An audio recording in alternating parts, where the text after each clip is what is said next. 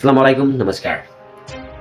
আজি একমাহ হৈ গ'ল জুবিনদাৰ মৃত্যু, কিন্তু এতিয়ালৈকে জাষ্টিছ পোৱা নাই। কিয় পোৱা নাই?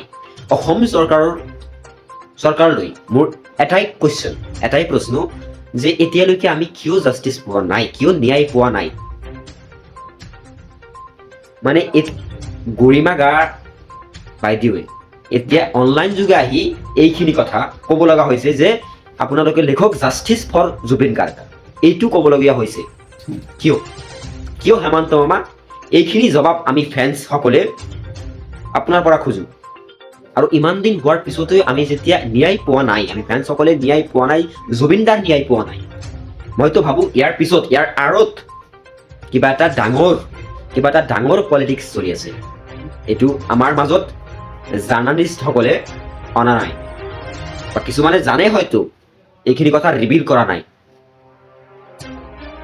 সেইকাৰণেই ইমান দিন লগা হৈছে যে জুবিনদাৰ ন্যায়ৰ কাৰণে আমি সকলোৱে ফেচবুক, ইনষ্টাগ্ৰামত এইখিনি কথা লিখিব লগা হৈছে, জাষ্টিছ ফৰ জুবিন গাৰ্গ।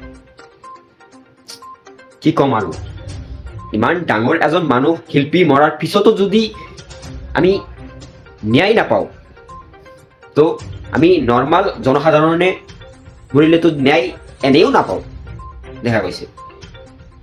মোৰ ডাঙৰ এটা বিশ্বাস আছিল যে অসম চৰকাৰে এইটো ন্যায় জল্দ চে জল্দ কৰিব বুলি মই ভাবিছিলোঁ, কিন্তু এমাহ হৈ যোৱাৰ পিছত মোৰ ইয়াৰ পৰা ভৰসাটো উঠি গৈছে। বিশ্বাস কৰিব পৰা নাই মই যে ইমান দিন লাগি আছে না। সেইকাৰণে মোৰ মনত এইটো প্ৰশ্ন উদয় হৈছে যে ইয়াৰ আঁৰত হয়তো ডাঙৰ এটা পলিটিক্স চলি আছে। ইয়াতকৈ দুখৰ কথা আৰু নাই। যিকেই নহওক, আমি সকলোৱে এতিয়ালৈকে যেনেকৈ লিখি আছো জাষ্টিছ ফৰ জুবিন গাৰ্গ, আমি এইখিনি কামেই আমি টুইটাৰ যোগে, এক্স প্লেটফৰ্মৰ যোগে সেইটো জাষ্টিছ ফৰ জুবিন গাৰ্গ ৱাৰ্ডটো ট্ৰেণ্ডিং ছেকশ্যনত আনিব লাগিব।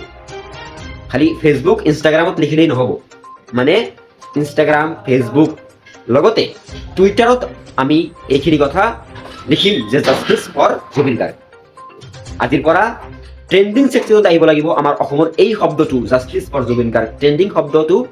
ট্ৰেণ্ডিং ছেকশ্যনত আহিব লাগিব। তো আজিৰ পৰা আমি ষ্টাৰ্ট কৰি দিওঁ।